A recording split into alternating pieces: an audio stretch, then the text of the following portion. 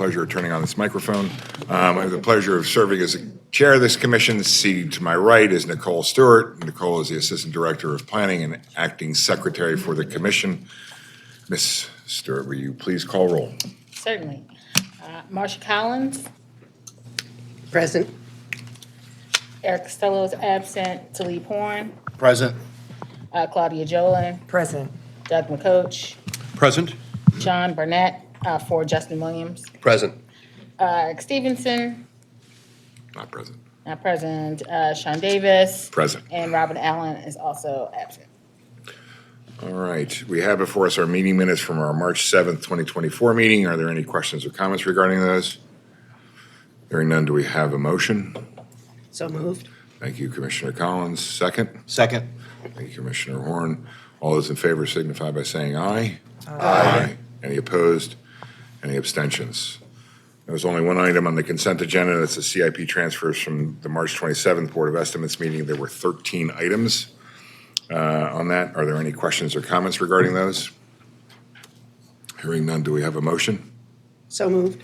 Thank you, Commissioner Collins. Second? Second. Thank you, Commissioner Horn. All those in favor signify by saying aye. Aye. Any opposed? Any abstentions? Now I turn it over to our regular agenda. All right. Ms. Stewart. We will get started with item number 4 on the agenda, presented by our planner, Jasmine Kimball. It is for City Council Bill number 24-0486, zoning conditional use banquet hall variance for 601 Cherry Hill Road. Before you begin, if I can, real quickly, was the property properly posted? Yes. Okay, there was no evidence of that. There was no evidence of that on the Wix page. If you could just make sure that it's uploaded, but it was properly posted. Yeah. Okay, great. But I make sure we got that out of the way. Yeah. Thanks. Please continue. Good afternoon. Good afternoon, Mr. Chairman and members of the Planning Commission. Okay. So I'm here requesting for the purpose of permitting subject to certain conditions, the establishment, maintenance, and operation of a banquet hall on a property known as 601 Cherry Hill Road, located in the Cherry Hill community. The petitioner is Mr. Michael Brown, and it's located in the Southern District. Okay, so on the map here, you can see, I have a few maps to show, but this is showing the site of the proposed use. So the yellow, that's where it's located. This is surrounding community. So where you see the red dot, that's where that space is located. Across the street is the Cherry Hill Shopping Center. The diagonally, that green space, that's where the former New Era Academy school site is, and there will be proposed development there. More views, view in east, and then view in the west of the site. And surrounding that site as well as other commercial uses. This is a variance for a conditional use banquet hall for the purposes of using this site mainly as a rentable space where people can rent the space to use it for gatherings and events from Thursdays to Sundays. And then the owner has additional plans to use the space to host a mentoring program and apprenticeship for middle and high school youth, as well as hosting activities for the seniors within the community during the week. Okay, so the conditional use approved standards are in Title V, Section 406 of the Baltimore City Zoning Code. The proposed conditional use won't pose any harm to the community under the approved standards. The site is a small space next to a barber shop and a beauty salon, and the event sizes will be small and reasonable to the space and the surrounding area. Okay, for parking, 1 off-street parking space per 10 persons of fire-rated capacity are required. An off-street parking area is provided, but the required amount of parking must be determined by the fire department. The owner is currently working with the fire department on the fire capacity for the site. For impact, the proposed conditional use would support the surrounding community in the short and long term by providing a space for the community to gather, expanding healthy opportunities of mentorship and entrepreneurship for youth, and providing social programming for the seniors. The Cherry Hill community has been engaged heavily. The owner is very active within the community. He is a community leader, and he has met and talked with different community organizations and community leaders about his plans for the site. And as I noted, the community was heavily notified and involved.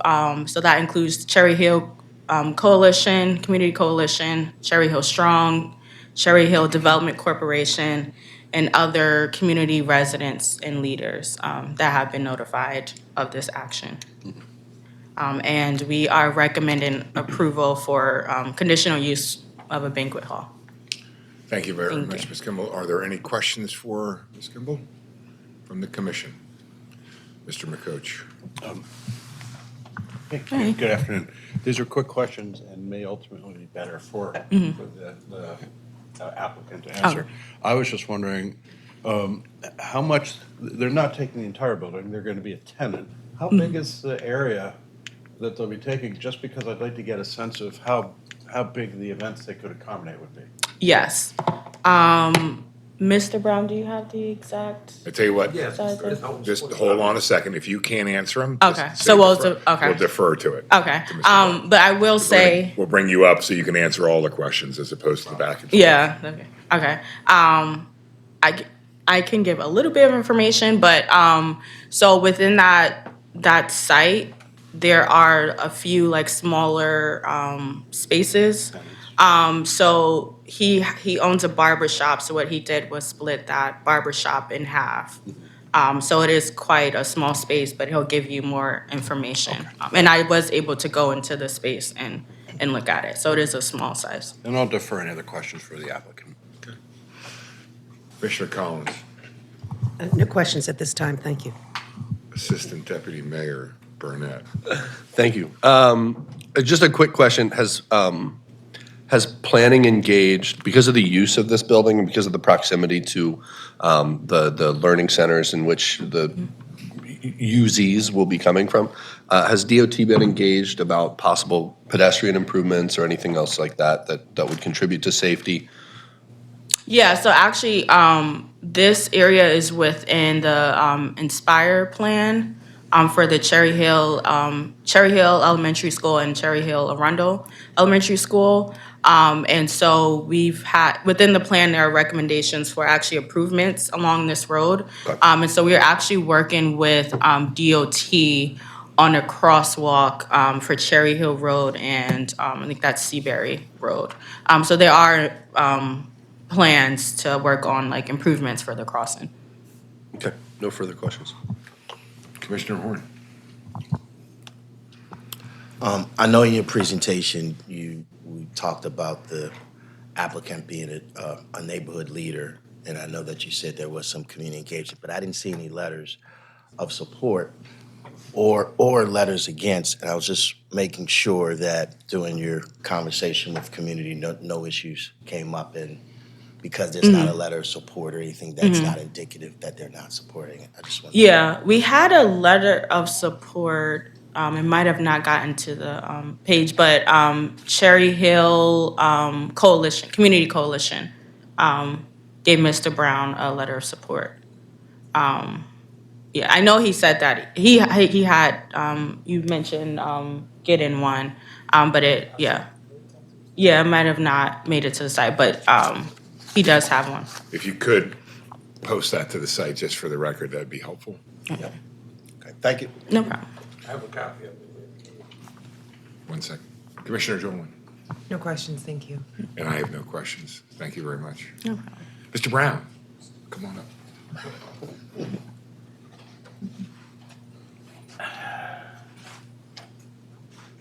Good afternoon. Just, afternoon. if you would, just your name for the record. My name is Michael Anthony Brown. And this is new to me. Just wanted to give back. I lost my child, my only daughter, to the streets, and just me giving back to these youth. It's really important to me. I've been a barber in Baltimore, in Cherry Hill, born and raised in Cherry Hill. Very outspoken, passionate, aggressive, if needs be, being honest. Cherry Hill Strong has been backing me, along with my nephew. He has a program called Eagles Nest, Cherry Hill football team. So he's real active, Raheem Brown.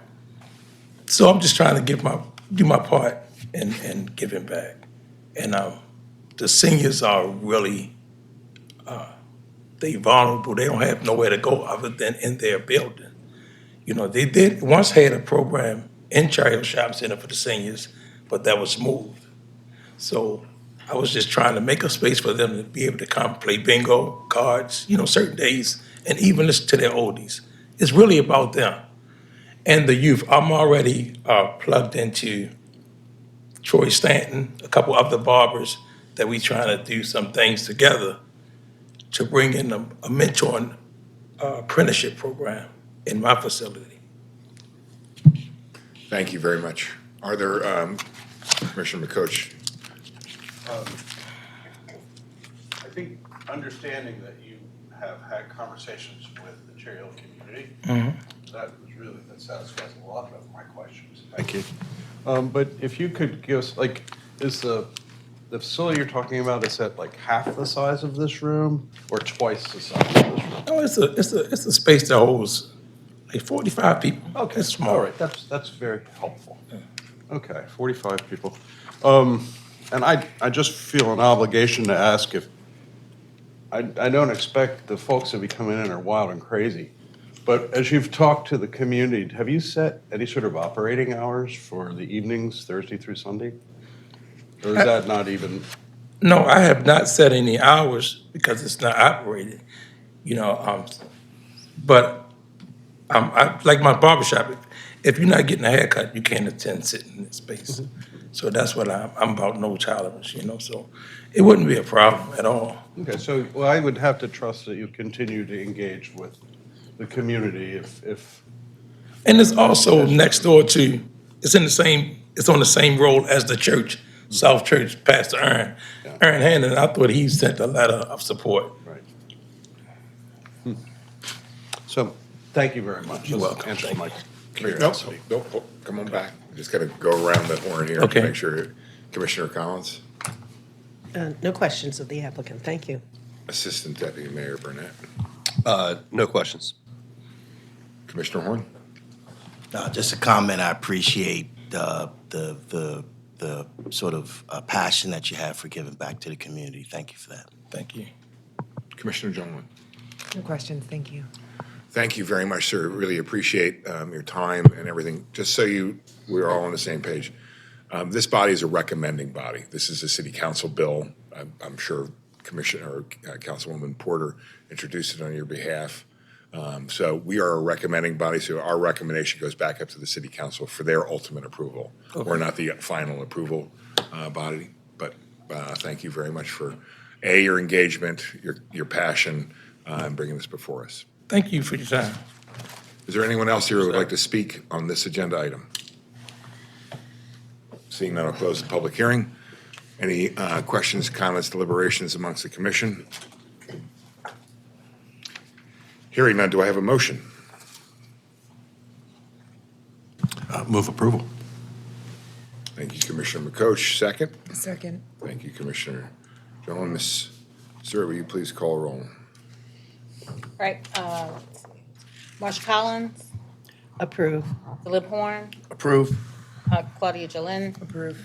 Doug McCoach. Approve. Sean Burnett, Approve. Sean Davis. Approve. Congratulations. Thank you. One step closer. One step closer. Thank you. Next agenda item? Next agenda item will be presented by Eric Tiso. It is for City Council Bill number 23-0469, zoning conditional use conversion of a single-family dwelling unit to two dwelling unit in an RA district for 1014 Edmondson Avenue. Mr. Mr. French, I'm sorry, Mr. T. Yes, I'm being him too on occasion, which is stressing me out. But the property is marked here on the map, 1014 Edmondson Avenue. It's an attached row home, the fourth one in from the gap in the middle of the block.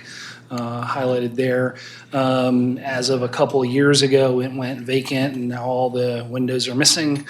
So this will be a redevelopment to get it back into productive use. It's another couple of images. So it's 3 stories above ground with a full basement, and then that rear 2-story projection off the back of it adds to the square footage. So multifamily dwellings are generally permitted use in this R8 district, but of course residential conversions in R7 and R8 require a council ordinance. So that's why we're here for today. So looking at the numbers, multifamily dwellings require 750 square feet of lot area each, so 1,500 in total. The lot's just a little bit under that, so 9.3% lot area variance is required and is included in this bill. For the conversion standards, you need to have at least 1,500 square feet or more in gross floor area. This has more than double of that. If we take out the basement area, so it meets that requirement. And then for the 3-bedroom units that are proposed, one on the basement and first floor and the other on the second and third floor, 1,250 square feet of floor area for each of those units is required. This is over 16 and over 1,800 square feet each. So it well exceeds that requirement. 1 additional parking space is also required for the new unit, which they can provide in the back. Unfortunately, they can't provide 2 just because the property is not at least 18 feet wide. It's only 16 feet. But the first one was waived due to the original construction of the house predating that requirement. So staff is recommending approval. Thank you, Mr. Tiso. Questions? Commissioner Jolin? No questions, thank you. Commissioner Horn? No questions. Assistant Deputy Mayor? No questions. Commissioner Collins? No questions, thank you. Commissioner McCoach? No questions. Thank you very much, Eric. I have no questions. Is there anyone here who would like to speak on this agenda item? Seeing none, close the public hearing. Any questions, comments, deliberations? Do we have a motion? So moved. Thank you, Commissioner Collins. Do we have a second? Second. Wait. You're moving for approval, right? I'm sorry. Yes, moving for It approval. was so quick to just say, yeah, go. Moving for approval. We have a motion to move for approval and second by Commissioner Horn. Yes. Ms. Secretary, will you please call roll? Right. Marsha Collins, Approve. Philip Horn, Approve. Claudia Jolin, Approve. Doug McCoach, Approve. Sean Burnett, Approve. Sean Davis. Approve. Next agenda item. Next agenda item, also presented by Eric Tiso, street closing for Remington Avenue between 28th and Crestmont Avenue. So good afternoon again. The next 2 agenda items are partial street closings. This mic is really picking up. And this is brought to the Planning Commission because of your overall authority for the master plan of the city. The streets are part of that, so nominally that's why we're here. You need to make that finding that there's no further public need for this portion of the right-of-way and so that it can be eventually closed and sold. Later on, there'll be a closure and a sale bill that would be associated with each of these, which will come back and then just go on your consent agenda since you've seen this in advance. So for this one, it is a 12-foot strip of the northeast side of Remington Avenue. And the description, I got a couple of questions about it because it was billed as between Crestmont and 28th. But Crestmont, I guess, is the closest one, just a little bit above 27th. And that confused folks a little bit. But this is where it is. So going to the aerials, looking overhead, it looks like just the green frontage of this odd triangular shaped property. Zooming in a little bit, so approximately where the edge of pavement where that truck is parked would be roughly where the property boundary is, and this is the site. It's 7-Eleven now. Looking towards the east and from the other direction. So this is a street view. So this will be one of those changes where it's not readily obvious that the portion that's to be closed is not already part of the private property. And actually, I did not put in here, but you have in the plans, I'm sorry, I'm going the wrong way. Let me go back to the overhead. I can use the mouse as a pointer.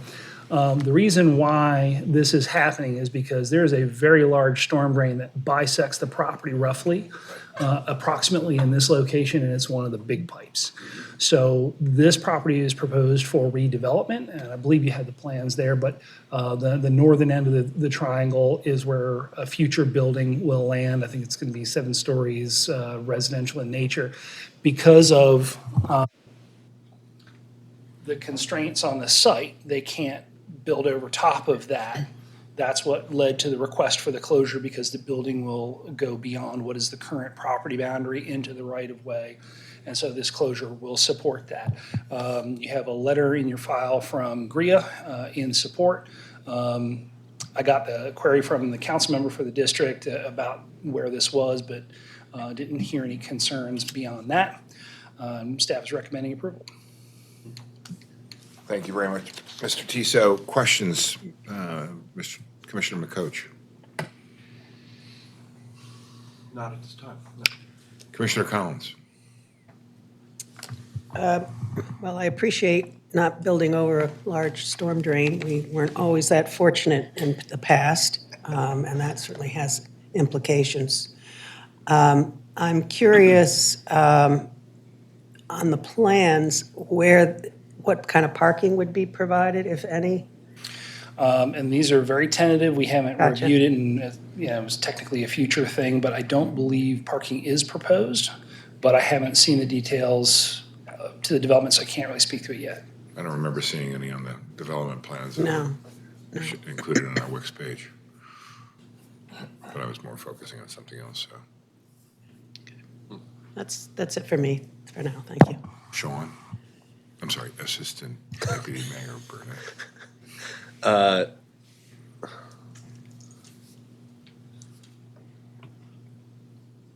No, I don't have any questions at this time. Commissioner Horn?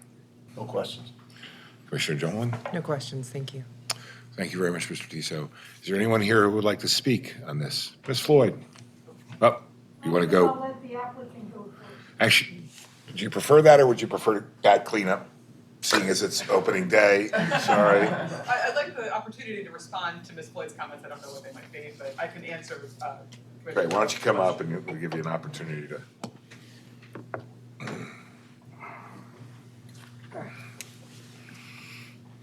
Good afternoon. Caroline Hecker, Rosenberg, Martin, Greenberg on behalf of the applicant. Just briefly, Commissioner Collins, I can answer your question.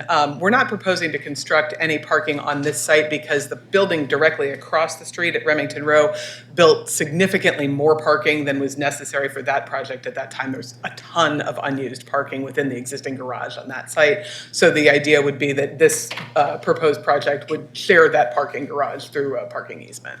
And also, just to clarify, the proposed building, I think, is 6 stories, not 7 stories, slightly smaller. But it's all in flux right now. It's all very, very preliminary. Are there any other questions for Ms. Hecker? Yes, Commissioner, or the coach. The balance of the site then, are there any? Hey. Thank you. Yes, sir. Are there any indications Thank God about for how the commercials. balance of the site that won't have a structure on them will be used? This time, I think it's just going to be open space. It's not really big enough to do anything with, particularly with the large utility below grade. So I don't see it getting redeveloped for any other type of use. And I'm looking at my client who's nodding. We'd have to move the big R sculpture, which which everybody likes. So I think that's likely to stay. And it's too small of an area to really do anything meaningful with in terms of building. Thank you. Like 10, 12. Yes, Commissioner Collins. Any questions for Ms. Hecker? No, thank you. Assistant Deputy Mayor Burnett? No questions at this time. Thank you. Commissioner Horn? No questions. And Commissioner Jolin? No questions. You reserve the right to come back after. Thank you.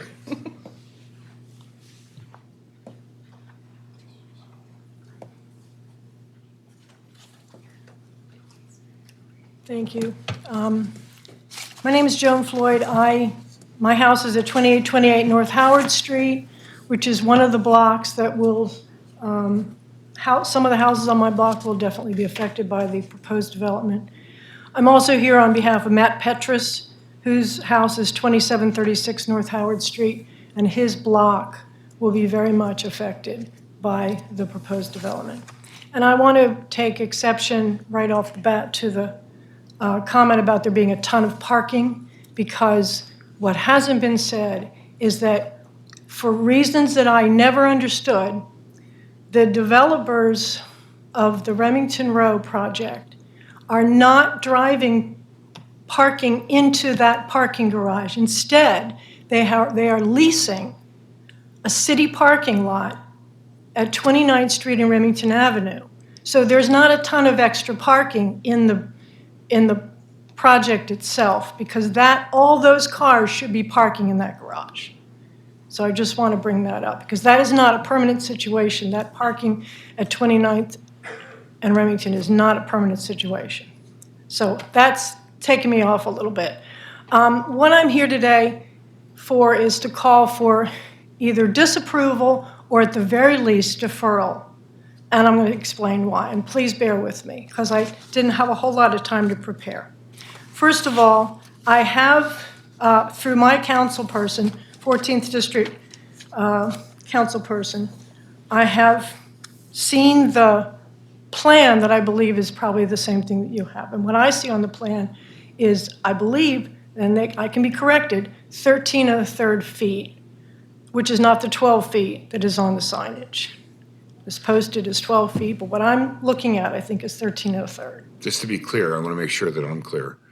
Any plans that were shown are not plans that were approved by anybody. They may be preliminary plans, conceptual plans, so on and I so forth. understand. Yeah, the bill that's before us is for the disposition of a 12-foot strip. If they need more, they're going to have to come back from ours. That's all we're voting on is the 12 feet, correct? Okay. Well, it seems odd to me that the supporting material shows something different. And it just doesn't make a whole lot of sense to me that we would not clear that up now rather than later. My first substantive reason is that we were looking at the 2700 block of Remington Avenue and the historic houses on that block. We were able years ago to get them rezoned from commercial to residential. And another thing that we looked into doing at the time was to get the city to deed over some of that right-of-way in front of those houses, so the people who lived in those houses could actually own their front yards. And it was an idea that we thought, because, yeah, it's a wide right-of-way. We were just flat out rejected. We were told, no, we don't do that. That's not something we do. And that went away. But here we are. Apparently, it is something that developers can ask for and don't get immediately rejected. Sometimes it seems always actually to be about what a developer wants rather than what the existing row homes in Baltimore City need. That's my first comment.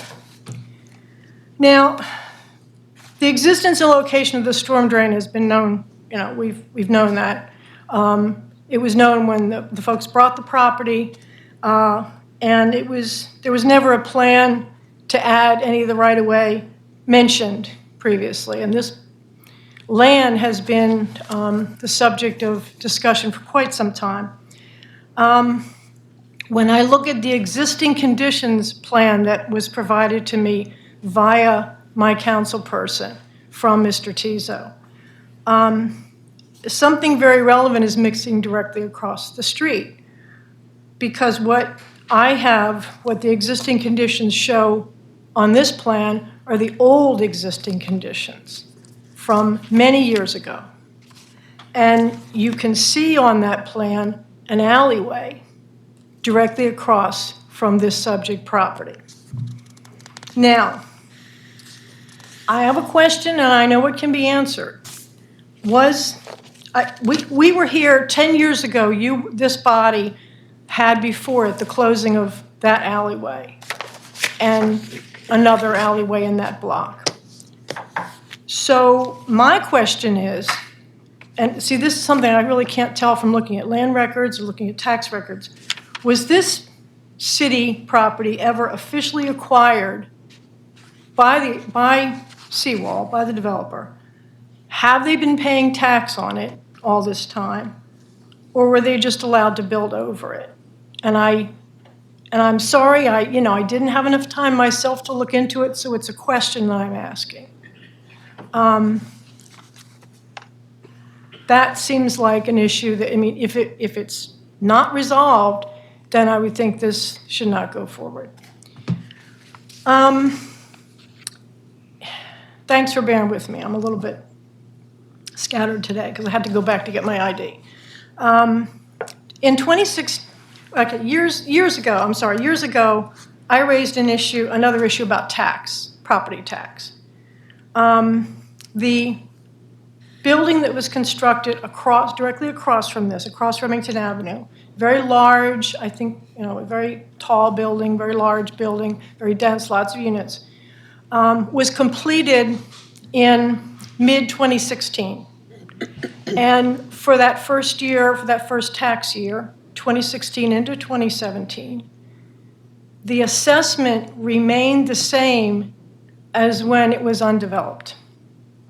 And this was in the city records, and I raised this at the time. And I got nowhere with this issue, but for an entire year, this property in its residential rental condition was taking in rent, but not paying the property tax, or not paying based on the assessment that should have applied at that time. And then, of course, because it was in one of those special programs for 10 years, the special program kicked in the following year. So there are 11 years in there of special property tax. But the very first year. If I can, I really got it. Our sole purpose in looking at this is to understand the public, is there a public need for this 12-foot strip? So I think the discussion regarding taxes on other pieces of property. I'm sorry, but I really wanted to get these things on the record. Honestly, I did. Okay. I think they're relevant. I think they're relevant to how these decisions are made. Do you have any testimony regarding the public need for this 12-foot strip? My testimony is what I prepared, and I've got a couple more issues. All right, if you could, please. Because it was mentioned, the whole purpose for this was given to you as enabling someone to build a building. That seems to be relevant. Okay, so. It's relevant to the neighbors. It's really relevant to the neighbors. Our determination, as identified in our staff report, is very simple, is whether or not there is a public need for this 12-foot strip. And if there is a public need for it, then the city should not dispose of it. If there is not a public need for this, then the city can dispose of it. So there was a public need. There was a public need expressed and understood when the PUD originally was enacted, and this body was told what the neighborhood was also told, what the neighbors were told, was that this land in particular would remain low rise, that this would not be built on by any tall building. That was a promise. That was to the public.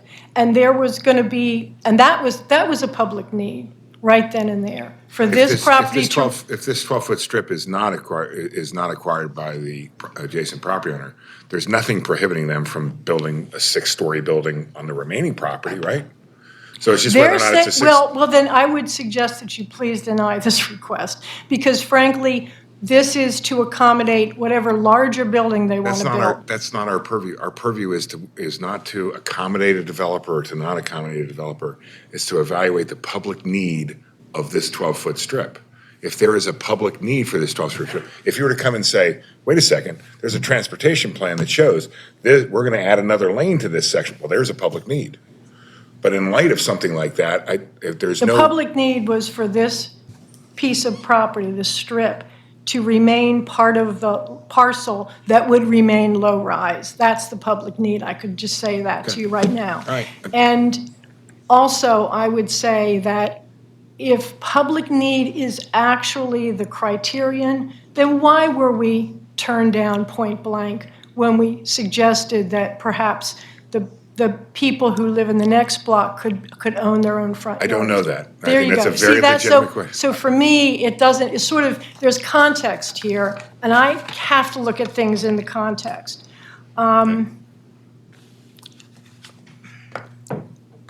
There's been a massive breach of trust here in this situation. And this planning commission, like I said, was told that this property was going to remain low-rise. And what we only learned later on was that this was not true, because for the the record- intention was to build another high-rise. For the record, the planning commission, not this planning. Well, commission. yes, sir, but it's this body, I should have said this body, Fine. and I misspoke, I'm sorry. Absolutely right, I'm sure, well, I can't say none of you were on it at the time, but I'm sure most of I you were don't not think on any it. of us were on it in 2016. If I'm not allowed to talk about the negative impact of what No, you saw proposed, if you want to go ahead and get everything on the record, please do. Just please do so quickly. So I we would can- like to. Mr. Petrus has, I'll just say, look, when you have row houses and you start, it's a row house, low-rise neighborhood, and then you start doing this more and more. You start building the higher buildings right adjacent to the row houses. And row houses have skylights. They're west-facing windows. They have the solar benefit in the wintertime when it's most important to have it. And then you take that away. That was the result of, what you do today could be taking that away from the homes. And it's disappointing to me, frankly, that the planning department and the planning commission never seems to really mitigate these impacts. They seem to go along with these plans. I think I'm looking for a time when the city actually commits to, protecting and preserving the viability of our modest row homes, rather than letting someone else's desire overtake those needs. And I can tell you that Mr. Petrus just learned about this today. The people who are affected by this don't know what's going on. They don't know what this is for. They don't know what this is even happening. And, like I said, it's not even the numbers don't even seem to match up. So, again, when you have row homes to the east and the north, there's a big impact when something like this is proposed and it's done. I have a very heartfelt, some very heartfelt, well-spoken concerns by Mr. Petrus. I won't go ahead and read them today, but I will say that I'm here on his behalf as well, and I really would urge you to at least defer this item so that people can understand what's going on and what the purpose of this is. I think I'll stop there. And thank you for the indulgence of your time. I appreciate it. Before you, Commissioner Jolin, do you have any questions? No questions, thank you. Commissioner Horn? No questions. Assistant Deputy Mayor Burnett? No questions at this time. Commissioner Collins? No, thank you. Commissioner McCoach? No questions. I just want to have one question for you, Sure. one comment for you. We have in our packet evidence of posting for the property that are, Yes. I believe, are in compliance with the city's postings requirement. It clearly shows, I believe, that the sign is posted facing 28th Street. It looks like, if I'm not mistaken, if I was to show you this. I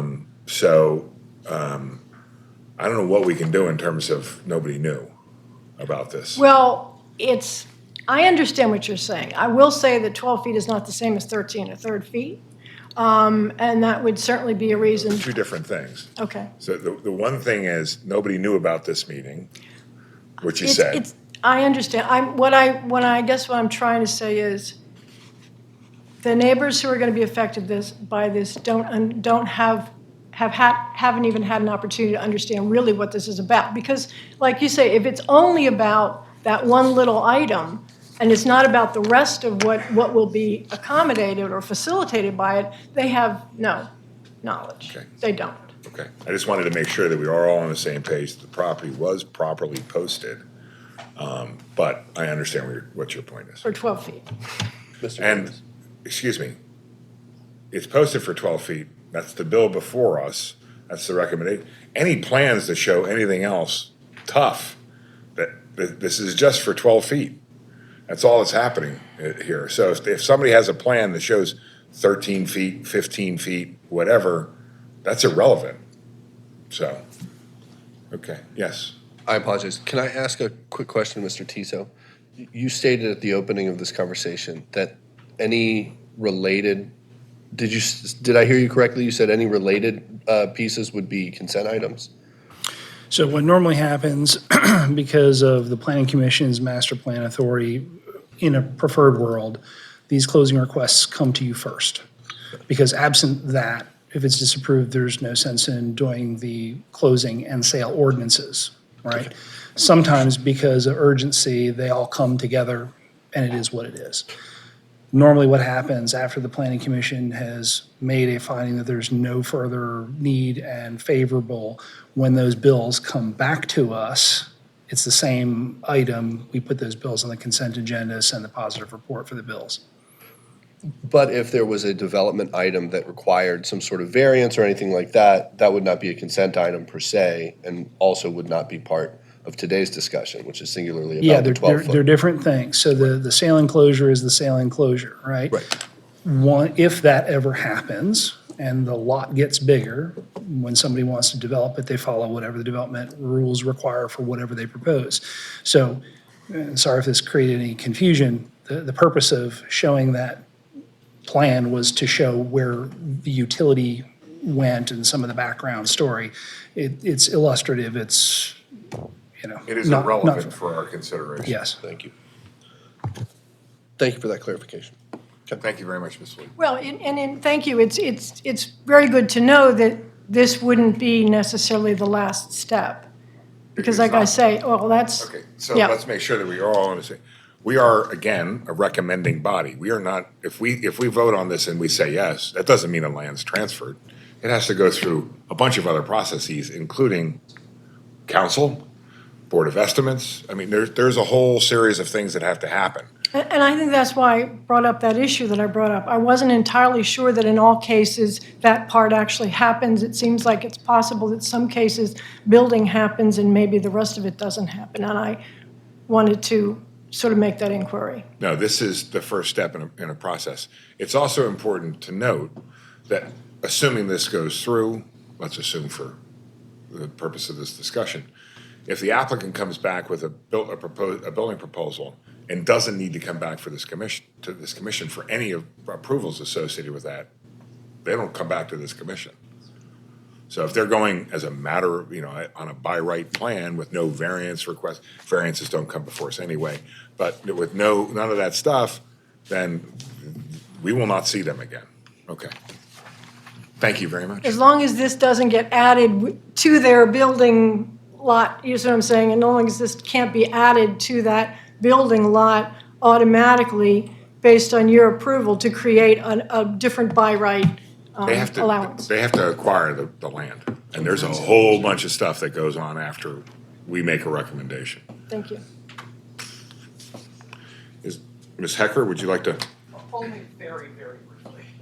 And really, Mr. Chairman, you said pretty much exactly what I was going to say, which is that this is the first step in a very long process.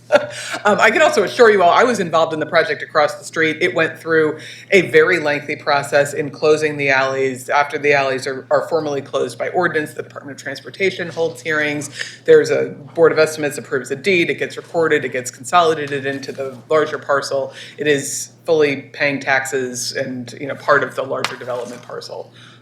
This is exactly the same thing that would happen here. And again, this is just the very first step in what will be a long process. So we look forward to coming back to you many, many more times as we work through this. Wonderful. Are there any additional questions for Ms. Hecker? Thank you. Is there anyone else here who would like to speak on this agenda item? Seeing none, I close the public hearing. Questions, comments, discussions? Do we have a motion? I'll motion for approval. Okay, so I gotta take some time. Assistant, Deputy Mayor. Motion, and motion for approve? Motion for approval. Do we have a second? A second. Thank you, Commissioner Worms. Secretary, will you call roll? Marsha Collins, Approved. Talib Horn, Approve. Claudia Jalen, Approve. Doug McCoach, Approve. Sean Burnett, Approve. Sean Davis. Approve. Thank you all very much. Ms. Floyd, again, I think one of the things that I would ask you to do is think about if there's an argument to be made, it's about the public benefit of this 12 strip in your future discussions. Okay? All right, next agenda item. Last agenda item for today, also presented by Mr. Tiso for a street closing, portion of Falls Road at 4533 Falls Road. Mr. Tiso. All right, this is similar to the last one. Again, it's a partial closure of the right-of-way for reasons unbeknownst to me. This relatively shallow commercial parcels, front lot line was set back some 15 feet ballpark from the other ones. Don't know why, but it was. So this superimposed the property boundaries, which are a little bit hard to see in red, and then highlighted the area. Because I've been here for quite some time. This was originally a Sunoco gas station that along 2008-9 timeframe closed and got rid of the two canopies over the fuel pumps that were in the middle of this. And then they got approved for use as an auto repair garage and later added auto sales. So those cars that are parked there actually have been in the front right of way. We have not been collecting property taxes on that part. No, I'm just kidding. Yeah. We've So initially taken this has, at least, for the past 2 decades that I'm aware of, this property has been acting like a private parcel, though it's not. So again, just taking away all the colors so you can see it. This is the property between a commercial strip center to the north of it and the gas station to the south, and probably across the street above that grassy area from a couple different angles. So this is the street view. So you can kind of get the idea that, again, this is one of those invisible property boundaries that you would have thought that this was already part of the property if you didn't know where that property boundary actually sat. The reason why this is coming out now is that the property is going to be transferring hands, and there's a proposed Dunkin' drive-through facility that was proposed to go on this site. They've already been through the BMZA and were given a favorable recommendation subject to Department of Planning's requirements, and there was some input from the community that there were some concerns about traffic, students, going across the street in straight lines, things of that nature. So in fact, council just left, but they're here for this one as well. Anyhow, I believe that this has basically been solved with the community. So obviously we have nobody here, which is a good thing. And otherwise, they should be able to build it. So with that, we recommend approval. Thank you very much, Mr. Tiso. Questions for Mr. Tiso? Commissioner Jolen? No questions, thank you. Commissioner Horn? No questions. Assistant Deputy Mayor Burnett? Mr. Tiso, to your knowledge, has there been any kind of conversation with either the current owner or, say, the new prospective owner about reducing some number of these curb cuts, perhaps in exchange for this portion of right-of-way? Yep, so there were extensive discussions between the future operator and the principal of the school and some interested community members. When this came through site plan review, we actually found that it would work with and again, this is completely separate from today's process, but the future Dunkin' drive-through will be perpendicular or parallel to the street. So the drive-through will go behind it, okay? So in response to community concerns, our director asked us to reach out and ask them to make some changes to the site, which they did, and they voluntarily offered that at the BMZA hearing, to shrink their two entries from two-way each to one-way in the south and then one-way out the north side. The reason we asked for that is if you're coming here, which again, a majority of their usage is going to be drive-through, right? There is a small area where you can walk indoors and get things over the counter, but it's not a sit-down restaurant, right? So by making a one-way in, cars will be encouraged to go behind the building through the drive-through and then out. So it will remove all of the potential car versus ped conflicts in front of the store. One of the designs we were asked to look at was, could this be a single point of entry exit? The problem with that is every single car would have to drive past that front door, which is counterintuitive if we're trying to have a protected path for peds to get from the sidewalk into the front door.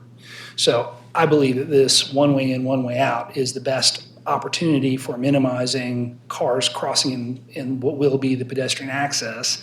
There are some parking spaces that will be proposed up against Falls Road, but then only cars that are parking there to walk inside will go past that front door and be a potential conflict with pedestrians. So I believe that is the safest option, and they have agreed to that.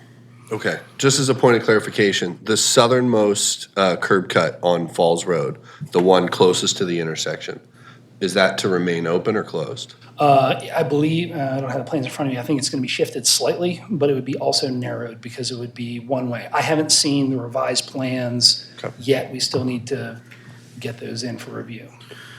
Okay, no further questions. Thank you. Commissioner Collins? I have the privilege of spending an inordinate amount of time at the Northern Parkway Falls Road intersection and this intersection. And in this intersection, there was a considerable amount of striping that transportation did to get traffic in and around these areas and to try to minimize the impact because of the high schools right across the street. I will tell you, they have pathways to choose and they rarely use them. So there's a lot of activity going on here, particularly in the mornings and afternoons. I am assuming that this property is going to be a standalone property and not merged with the one to the north of it. Yes, it is a standalone site, that's right. So I do have similar concerns as Assistant And Deputy I guess I can add. Mayor has. At the BMZA, and unfortunately, I had to leave the hearing to run across to a council hearing, so I only heard the very small part of the hearing at the beginning. There were some operational controls that the operator has offered that the BMZA incorporated into their approval, which had to do with not serving students during certain hours, asking them to leave, and if they don't, they'd call across to the office. I'm not the donut police. I 100% agree, but conversations were had. I wish them a lot of luck with that. I appreciate it, but you know. Yeah. Again, all of Young which is adults are separate gonna to do the what young closure, adults wanna but do. just for background knowledge. I did happen to witness a young adult getting hit, Oh, God. crossing against the light. So I am concerned about ingress and egress here because there's a heck of a lot happening right at this area. A choke point would probably be my personal feeling about it, but I understand that they're going to be controlling the flow within the property. I am concerned with one, if that southern area is going to be narrowed so it's only an ingress. I'm thinking about all the crazy people who are traveling south and suddenly realize they really need a donut and cutting across traffic. But, you know, you can't stop fools from doing what they're going to do. So that's, I mean, but that's, you know, people do what they do, and that's been primarily my concern. Obviously, having it flowing behind the building will be helpful. Obviously, they're going to have to move or destroy this building, which it deserves because it's a mess. So I don't know. I'm very concerned about the traffic flow. There's only so much one can do. But that's really not before us. So, thank you. Your concerns are, of course, well-founded, and again, just going a little bit off script here, when we look at these things, the site plan review, we can apply normal good design practices, but we can't develop or design for the lowest common denominator, right? Like the tradition of mid-block crossings in Baltimore is a thing that I personally cannot overcome, but we do what we can. So one of the concerns is this little painted triangle on the slip lane. They propose putting knockdown sticks here to avoid people jumping out of the site, shooting across and trying to hit that slip lane. So to the extent that we can do things by design, we're trying, but we can't childproof it. But I think I agree. God bless. Knockdown Flex- fence are one thing, the Flex guardrail is sticks. something completely Yeah, different. flex sticks. I mean, Sticks don't there's last long, knockdown but- and there's knockdown, I get it, Right. but that's up to DOT if they want to Right. put an I agree. active vehicle barrier, God bless them, but Okay, I appreciate it, Eric. I understand we're only talking about whether or not we actually want to legitimize what's happening in this particular property currently, so thank you. Commissioner McCoach? I have no questions. I only have one. Is it Sunoco or Sunoco? I've heard it both, and this may be my Eastern Shore native coming out, but I guess Sun Oil Company, however you I've want always to. pronounced it Sunoco. Yeah, That's completely and totally irrelevant. pardon my Eastern Shore. I don't, the issue is, again, before us is there a public need for this strip of land that's currently in the right of way? And I mean, it's been used as for private purposes, Long time. for a long, long time. So apparently there's no public need for it. Because if there was, somebody in the public would say, hey, we need that. So, and I think, your considerations on all of the things that you said, Commissioner Collins, are very legitimate. And I pray that DOT and planning and everybody else has the same thoughts, as I'm sure they do, and we'd be good to go. So, thank you very much, Mr. Tiso. Is there anyone here who would like to speak on this? I'm just, Come on up. I'm technically the applicant here. I'm Jim Shea Jr. Ms. Hecker, just to preface everything, she's the one handling the development of the property. I'm here solely just to what I call a lot line issue. Really what I think happened here was, as way back in the 1940s or so, Falls Road wasn't quite in the exact same spot it was. And as this property got conveyed from that point forward, there was sort of an undistributed strip there that essentially our things say they're ancient owners. No one's used it since 1940, 45 or so. So that's really what we're trying to correct it. If you look at the map, Falls Road goes like this. There's a 15-foot indent and then down. So that's what we're here for. I believe the property owners north of you are experiencing a similar problem. Okay, gotcha. Well, I'm only here to solve the problem, one problem at a time. So, but if All anyone right, has so any let's riddle questions, him with questions. yeah, I don't know anything about the development of the property. I can answer that question up front. But if anybody has any questions, I'm more than happy to answer anything. Thank you very much. Is there anyone else here who would like to speak on this agenda item? Mr. DeSantis? No? Okay. All right. Don't give them an opportunity. We'll close the public hearing. Questions, comments, deliberations? If not, do we have a motion? I'll move to approve since I wasted everybody's time talking about my personal issues. Thank you. Second? Second. Thank you very much. All right, Ms. Secretary, you call roll. Marsha Collins, Approve. Flip Horn, Approve. Claudia Jolin, Approve. Doug McCoach, Approve. Sean Burnett, Approve. Sean Davis. Approved. Thank you all very much. Meeting's adjourned at 10 after 1. There being no further business, we will see you, when's our next hearing? It's April 18th?